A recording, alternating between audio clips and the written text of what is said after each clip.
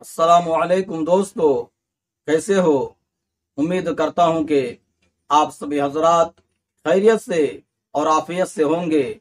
اللہ تعالی آپ لوگوں کو ایسے ہی خوش رکھے۔ آج کا مختصر سا قصہ اور چھوٹا سا قصہ آپ پورا ضرور سنیں، جو کہ ایمان افروز ہے۔ اس لیے آپ اپنی مصروف زندگی سے 3-4 منٹ نکال کر آج کا پورا قصہ ضرور سنیں۔ تو چلیے آج کا قصہ شروع کرتے ہیں۔ ایک قصبہ تھا، یعنی ایک گاؤں تھا۔ وہاں کے لوگوں نے بہت بڑے جلسے کا انتظام کیا اور بہت ہی بڑے عالم صاحب کو وعظ کے لیے بلایا، یعنی بیان کے لیے بلایا۔ جس دن جلسہ تھا، دور دور سے لوگ وعظ سننے کے لیے، یعنی بیان سننے کے لیے آ رہے تھے۔ لوگوں نے ایک بوڑھی عورت سے کہا، امی جان، جلسہ ہو رہا ہے۔ ایک بوڑھی عورت سے کہا، امی جان، جلسہ ہو رہا ہے، مولوی صاحب بیان کریں گے، آپ وعظ سننے یعنی بیان سننے چلو گی؟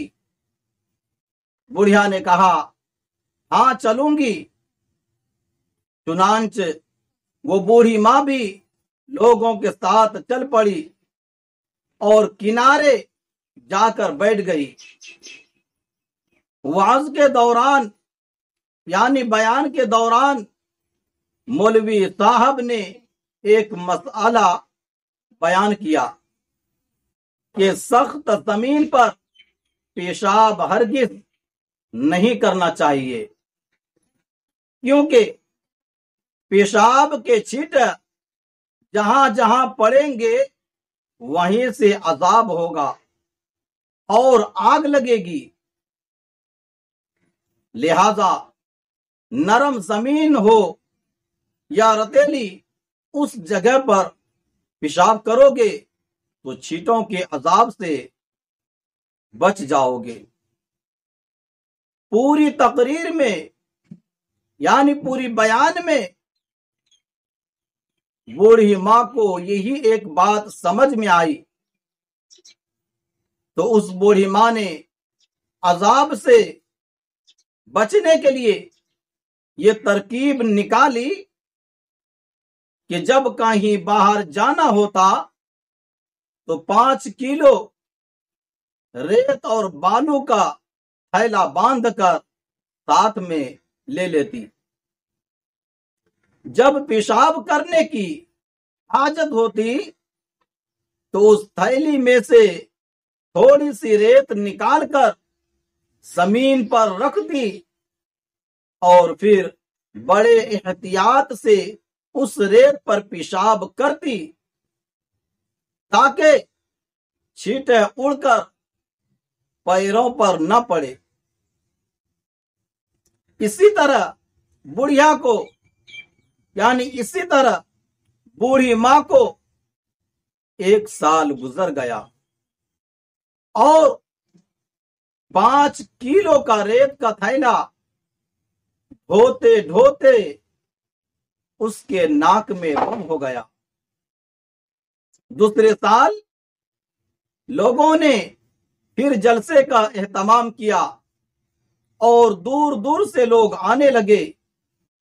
اتفاق سے پھر بوڑھی ماں سے کسی نے پوچھا، امی جان چلو گی وعظ سننے؟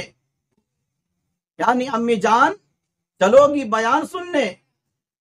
جو اگلے سال مولوی صاحب آئے تھے وہی پھر آئے ہیں۔ تو بوڑھی ماں نے کہا، گئے سال وعظ سنی تھی یعنی گئے سال بیان سنی تھی تو 5 کلو ریت کا تھیلا سر پر آ گیا، اب اس سے زیادہ وزن مجھ سے نہیں اٹھ پائے گا۔ فائدہ کیا ہوا کہ اللہ رب العزت کی ذات سے کیا بعید اسے اس بوڑھی ماں کا یہی عمل پسند آ گیا ہو اور اس کی مغفرت کے لیے یہی کافی ہو گیا ہو۔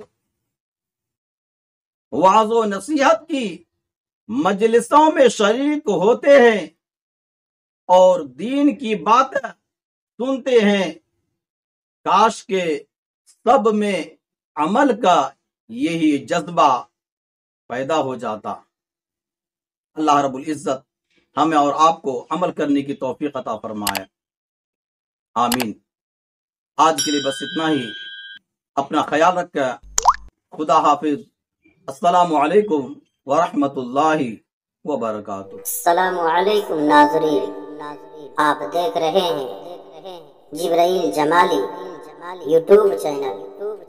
دوستو، اگر آپ نے ابھی میرا اس چینل کو سبسکرائب نہیں کیا ہے، برائے مہربانی اس چینل کو سبسکرائب کریں، لائک کریں اور اپنی رائے کمنٹ میں ضرور پیش کریں، تو ہمیں بتائیں گے آپ کو میرا یہ ویڈیو کیسا لگا۔ اگر پسند آ جائے تو چینل کو سبسکرائب کر کے میرا حوصلہ افزائی فرمائیں۔ ملتے ہیں اگلے ویڈیو میں، خدا حافظ۔